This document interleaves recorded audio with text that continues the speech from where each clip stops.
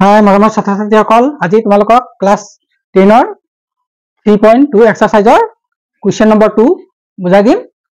কোৱেশ্চনটো বহুত সহজকৈ বুজাম। তোমালোকে যদি চেনেলটোত নতুন আহিছা সাবস্ক্ৰাইব কৰি লবা, কাৰণ এই চেনেলটোত মই ৰেগুলাৰ ভিডিও দি আছো, বৰ ইম্পৰ্টেন্ট ভিডিও দি আছো, বহুত সহজ পদ্ধতি শিকাই আছো।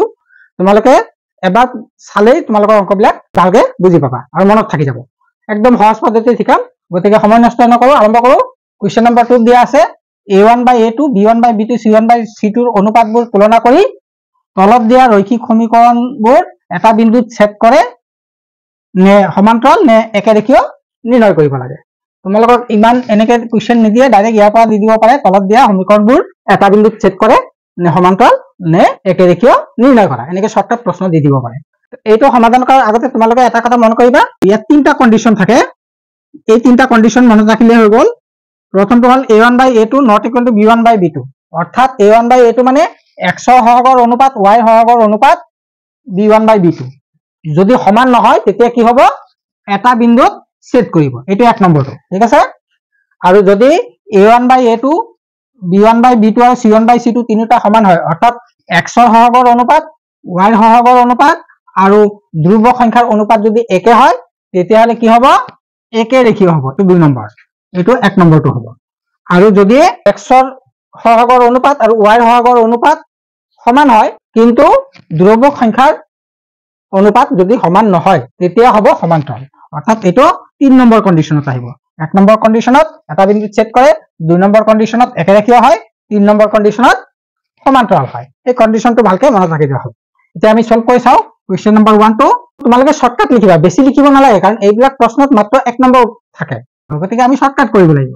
গতিকে ইয়াত আমি ডাইৰেক্ট লিখি দিম, ইয়াত a1 by a2 equal to 5 by 7 হ'ব, b1 by b2 equal to কিমান হ'ব, -4 by 6 হ'ব।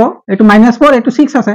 এইটো লঘিষ্ঠ আকাৰত লিখিবা, 2 এৰে কটাকটি গলে 2 এৰে দুবাৰ, 2 এৰে তিনিবাৰ, কিমান হ'ব -2 by 3।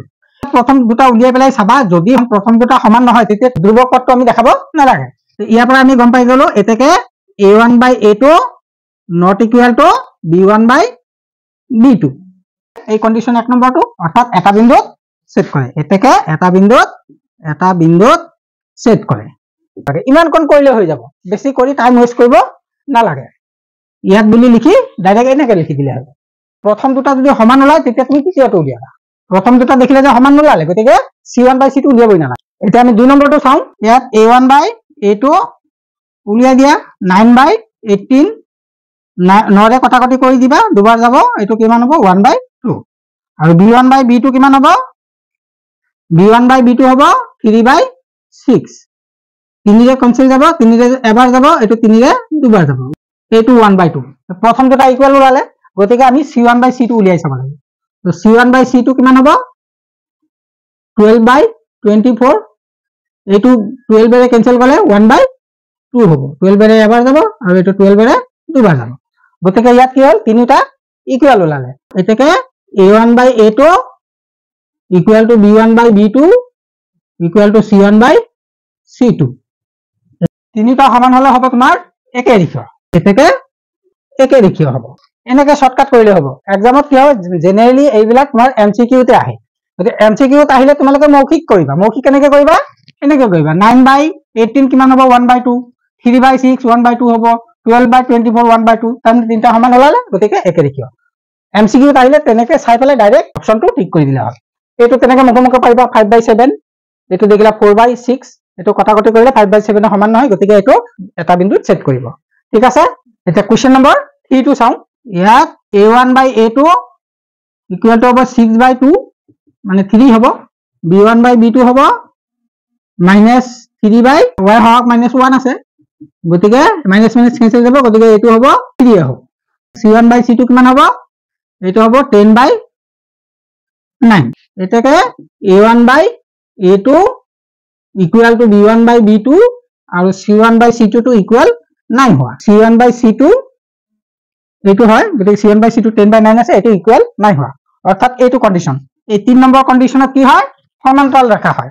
এতেকে ৰেখা দুডাল সমান্তৰাল হ'ব। এনেকে শৰ্টকাট কৰি দিলে হ'ব। বুজি পালা?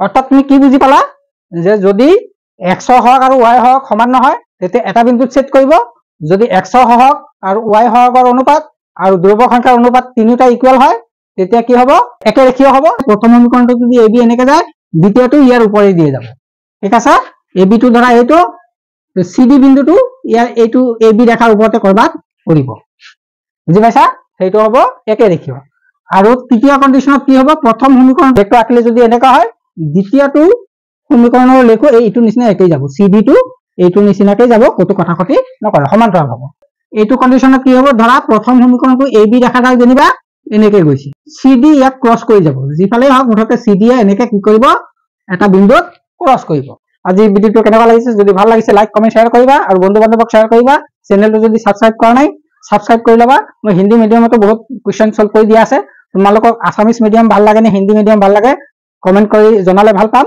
তেতিয়া মই তোমালোকৰ কাৰণে এক্সট্ৰা ভিডিও বনাম যদি কিবা অসুবিধা পাইছা বুজি পোৱা নাই কমেন্ট কৰিবা কমেন্টত মই উত্তৰ দিও গতিকে আজিলৈ ইমানে থ্যাংক ইউ ভেৰি মাচ আকৌ লগ পাম নেক্সট ভিডিওত বাই টাটা